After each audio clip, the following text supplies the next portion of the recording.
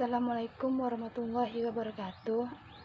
Perkenalkan, nama saya Aisyah dengan NIM B100181003.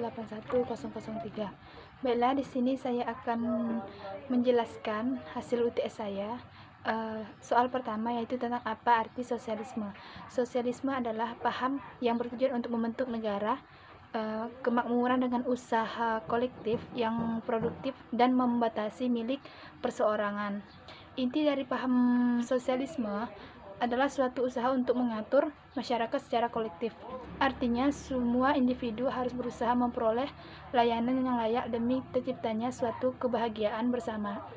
Hal ini berkaitan dengan manusia yang bukan sekedar untuk memperoleh kebebasan, tetapi manusia juga saling tolong-menolong.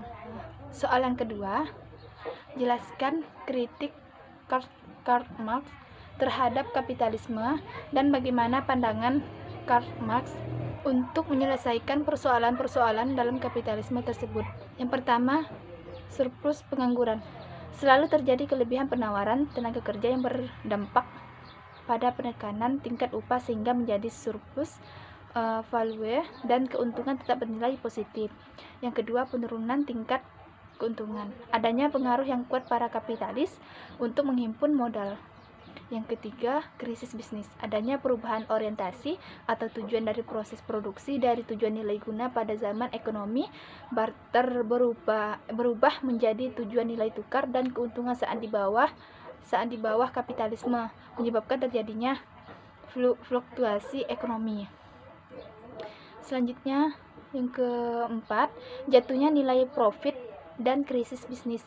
Kaum kapitalis secara periodik akan berusaha menanggulangi jatuhnya nilai profit dengan mengurangi investasi secara berlebihan yang dapat menyebabkan aktivitas ekonomi mengalami fluktuasi yang nantinya bisa menyebabkan krisis.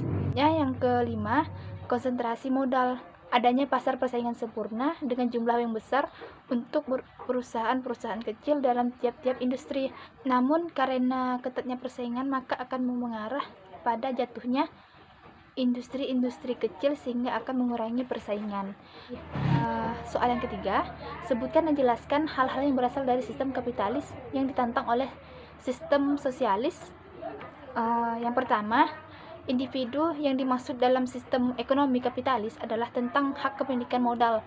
Konsep modal dan kapitalis tersebut berupa peralatan dan sebagainya yang menunjukkan produktivitas agar lebih efektif.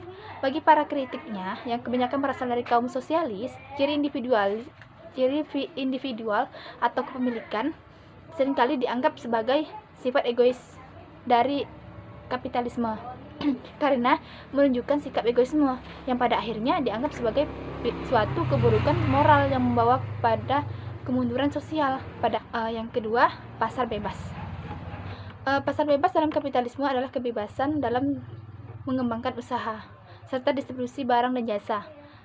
Marx menganggap bahwa dengan adanya pasar bebas dapat menimbulkan perusahaan bebas yang berpotensi melakukan tindakan monopoli terhadap pasar.